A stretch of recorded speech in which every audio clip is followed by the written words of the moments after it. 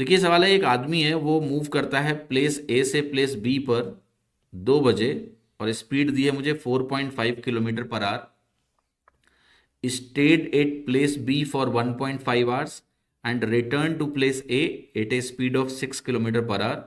He came back to A at 7 p.m. What is the distance between places A and B? तो देखिए सवाल को मैं बताता हूँ कैसे कर सकते हैं हम लोग। सबसे पहले तो देखना है हमें, ये ए हो गया और ये बी हो गया। तो एक बात बोली गई है कि भाई ये ए से बी गया है ना, ए से बी ये गया है, यहां से यहां तक गया चल के। अब देखिए मैंने इसको ऐसे बनाया है, इसका मतलब ये नहीं कि टेढ़ा टेढ़ा गया है, वो ए से बी गया है सीधा, 2 बजे निकला और इसकी स्पीड है 4.5 kmph की, किलोमीटर पर आवर की। फिर यहां से ना बी से सी वापस आया है, बी से ए वापस आया है, सीधा ही वापस आया है, बस बना रहा हूं ऐसे कि आपको समझ में आए। उस समय इसकी स्पीड थी 6 किलोमीटर पर आवर।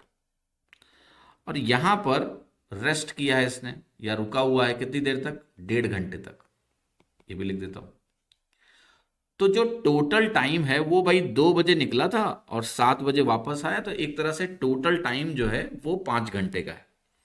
तो जो टोटल टाइम हमारा 5 घंटे का है, ये मैंने यहां लिखा। अब इस 5 घंटे में जो जो चीजें हुई हैं वो लिखते हैं। मैं इस दूरी को एक्स बोल दूं तो आप कहोगे एक्स की दूरी वो 4.5 की स्पीड से गया, तो समय क्या होगा? डिस्टेंस अपॉन स्पीड, एक्स बटे 4.5 प्लस 1.5 घंटे वहां रुका रहा तो 1.5 घंटे जोड़ दिया, वो भी एक टाइम है जो हमें इंक्लूड करना है, क्योंकि भाई 2 बजे जाके 7 बजे आएगा तो उसमें 1.5 घंटे का भी रोल है, वो भी लिख दिया। फिर एक्स की दूरी वापस आता है वो 6 की स्पीड से, वो भी लिख दिया।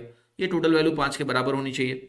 अब ये 1.5 उधर जाके घट जाएगा 5 में, तो वैल्यू जो बचेगी आपकी वो बनेगी एक्स बटे 4.5 प्लस एक्स बटे 6 इज इक्वल टू 3.5।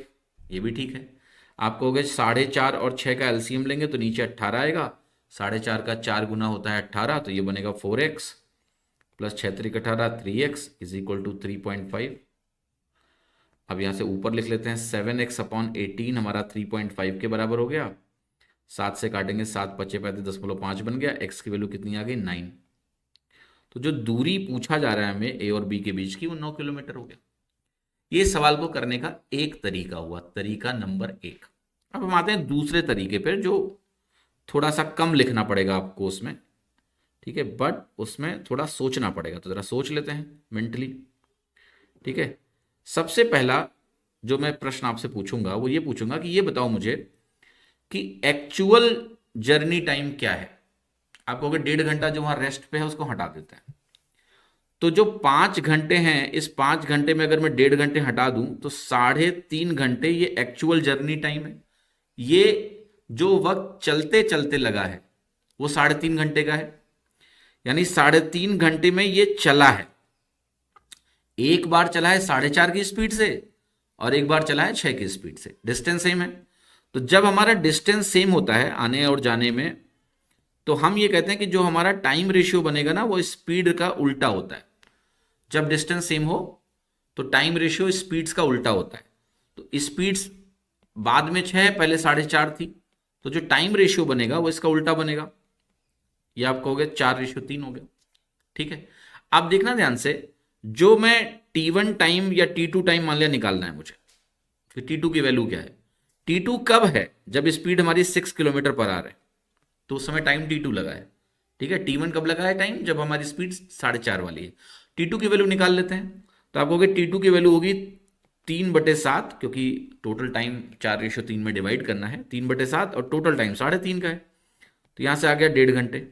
आया देखो, 7 5 35, 1.5 घंटे आ गया।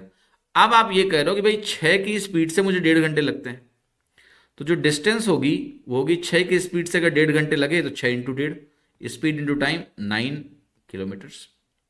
ये जो मेथड आपको मैंने बताया है, ये ओरल कैलकुलेशन, मेंटल कैलकुलेशन, कुछ नहीं लिखना है आपको। आप मेंटली सोचोगे 4.5 और 6 का रेशियो क्या बनेगा। 4.5 और 6 का रेशियो अगर निकालूंगा तो बनेगा 3:4। फिर आप कहोगे टोटल टाइम 3.5 है, 3 और 4 के रेशियो में डिवाइड करते हैं तो जो 3 यूनिट का टाइम है वो आया मेरा सिंपली 1.5 घंटे। और जो 3 यूनिट का टाइम है वो ज़्यादा स्पीड होगी तब कम टाइम लगा होगा, यानी 6 की स्पीड से 3 यूनिट का टाइम लगा, 4 यूनिट का टाइम 4.5 से लगा। तो ये 3 यूनिट वाला 1.5 निकाल लिया, तुमने 6 से गुणा कर लो, 9 आंसर आ गया। तो इसमें आपको ज़्यादा लिखना नहीं है, ठीक है। तो आप मुझे इस मेथड में ज़रूर बताना कि आपको M1 अच्छा लगा या M2 अच्छा लगा, कमेंट करके ज़रूर।